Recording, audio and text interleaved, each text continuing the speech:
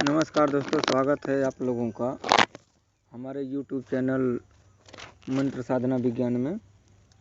दोस्तों, आज मैं आप लोगों को इंद्रलोक की अप्सरा के साधना के बारे में बता देता हूँ।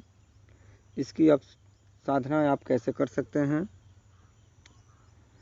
क्योंकि अगर इसकी आप साधना कर लेते हैं तो आपको सौंदर्य से लेकर के कायाकल्प से लेकर के आपको धन दौलत की भी आपको कमी नहीं रहेगी। ठीक है ना। आखिर ये अप्सराएं कौन हैं, यह प्रश्न काफ़ी लोगों के मन में उठता है। अप्सराएं बहुत ही सुंदर, मनमोहक, किसी की भी तपस्या भंग करने में सक्षम कन्याएं होती बताई गई हैं। जब भी कोई असुर, राजा, ऋषि या अन्य कोई भी मनुष्य भगवान को प्रसन्न करने के लिए या साधना करने के लिए तप करता है, वहाँ देवराज इंद्र अप्सराओं को भेजकर उनका तप भंग करवाने की चेष्टा करते रहते हैं। ऐसा ही उल्लेख वेद पुराण में बहुत से स्थानों पर आया है। सौंदर्य, सुख, प्रेम की पूर्णता हेतु रंभा, उर्वशी और मेनका तो देवताओं के अप्सराएं रही हैं और प्रत्येक देवता इन्हें प्राप्त करने के लिए प्रयत्नशील रहा है। यदि इन अप्सराओं को देवता प्राप्त कर सकते हैं तो मनुष्य भी प्राप्त कर सकते हैं। इस साधना को करने में कोई दोष या हानि नहीं है तथा जब आप अप्सराओं में श्रेष्ठ उर्वशी सिद्ध होकर वश में आ जाती है तो वह प्रेमिका की तरह मनोरंजन करती है जीवन भर तथा संसार की दुर्लभ वस्तुओं और पदार्थ भेंट स्वरूप लाकर अपने साधक को देती है। वास्तव में ही यह साधना जीवन की श्रेष्ठ एवं मधुर साधना है तथा प्रत्येक साधक को इस सिद्धि के लिए प्रयत्नशील रहना चाहिए। इस साधना को करने के लिए आप शुक्रवार का दिन चयन करेंगे। समय रात्रिकालीन होगा, 11 बजे के बाद या 9 बजे के बाद। स्नान आदि आपको करना है। पीला आसन बिछा के उस पर आपको बैठना है। उत्तर दिशा की तरफ आपका मुख रहेगा। पीला वस्त्र आपको धारण करना है। उर्वशी यंत्र जो ताबीज के आकार का रहेगा स्थापित कर देना है आपको तथा सामने 5 गुलाब का पुष्प रखना है। फिर 5 घी का दीपक लगा देना है जो पूरे साधना काल में जलता रहना चाहिए और आपको अगरबत्ती प्रज्वलित करना है। अगरबत्ती प्रज्वलित करने के बाद आपको मंत्र बोलना है, ओम उर्वशी प्रियवशम करी हूम। उसके बाद केसर से जो ताबीज़ है, जो यंत्रनुमा जो ताबीज़ है, उसके नीचे आपको अपना नाम अंकित करना है और फिर उर्वशी माला से निम्न मंत्र का 101 माला आपको जाप करना है। मंत्र इस प्रकार है, आप सुन लीजिए, वैसे डिस्क्रिप्शन में नहीं दिया जाएगा।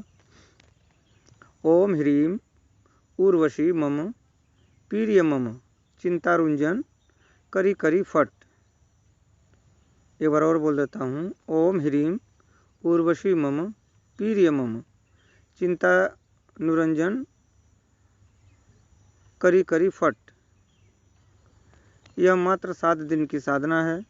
7वें दिन अत्यधिक सुंदर वस्त्र पहनकर यौवन भार्य से लदी हुई उर्वशी प्रत्यक्ष उपस्थित होकर साधक के कानों में गुंजरित करती है कि जीवन भर मैं आप जो आज्ञा देंगे मैं उसका पालन करूंगी।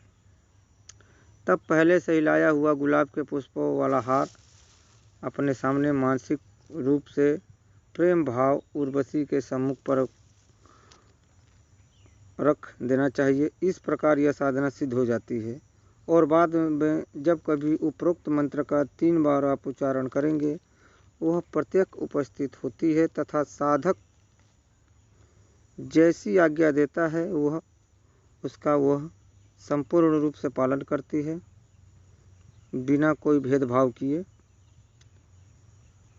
साधना समाप्त होने पर उर्वशी यंत्र जो ताबीज़ के आकार का है उसको लाल धागे में पिरो करके अपने गले में धारण कर लें, जिससे कि उर्वशी आपके जीवन भर आपके वर्ती बनी रहेगी।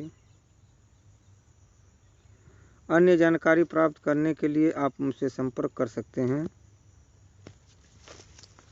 दोस्तों, ये था उर्वशी साधना। जो कोई इस साधना को करने के लिए इच्छुक हैं वो मुझे फ़ोन कर सकते हैं, व्हाट्सएप कर सकते हैं, उनको संपूर्ण रूप से मैं जानकारी दे दूंगा। रह गई ताबीज़ नुमा उर्वशी यंत्र और उर्वशी माला जो कि प्राण प्रतिष्ठा युक्त होनी चाहिए, वो आपको दे दिया जाएगा। इस साधना को कोई भी कर सकता है, किसी भी जाति वर्ण का कर सकता है, इसमें किसी भी प्रकार का कोई भेदभाव नहीं है। तो ये साधना आप लोगों को अपने जीवन को नया आयाम देने के लिए, अपने जीवन में खुशहाली लाने के लिए आप इसे कर सकते हैं। इसे स्त्री या पुरुष कोई भी कर सकता है। और साधना जो है हर मनुष्य के जीवन का एक अमूल्य गहना है। यूँ कहें कि साधक को साधना के बिना नहीं रहना चाहिए। साधना ज़रूर अपने जीवन में एक दो कर ही लेनी चाहिए। आप योग्य गुरु के मार्गदर्शन में, योग्य गुरु की तलाश करके उनसे शिक्षा दीक्षा ले लें। मैं ये नहीं कहता हूँ कि आप मेरे पास आएँ और उनके सानिध्य में रह करके, सानिध्य का मतलब मैं कई बार मैं ये कह चुका हूँ, सानिध्य का मतलब ऐसा नहीं होता है कि आप उनके घर में जाके साधना करोगे तभी आपकी साधना सफल होगी। आप कहीं पर भी रहोगे तो आपकी साधना सफल हो जाएगी। ज़रूरत है आपको गुरु के प्रति श्रद्धा, विश्वास, संयम, समर्पण का एक भाव होना चाहिए और उतना ही भाव सिद्धियों के प्रति भी होना चाहिए। तब जा कर के आपको किसी भी साधना में सफलता मिलेगी। हाँ, ये होता है कि किसी को जल्दी मिलता है, किसी को बाद में मिलता है। जिस तरीके से आप का पाप पुण्य का मीटर, थर्मामीटर चलेगा, ठीक उसी तरीके से आपको साधना में सफलता मिलेगी। अगर आपको किसी भी प्रकार के मंत्र, तंत्र, यंत्र के विषय में जानकारी अगर आपको प्राप्त करना हो तो आप मुझसे फ़ोन द्वारा या व्हाट्सएप पर मैसेज करके जानकारी प्राप्त कर सकते हैं। अपने गुरु की आज्ञा का पालन करें, माता पिता की सेवा करें, छोटों बड़ों को सम्मान दें।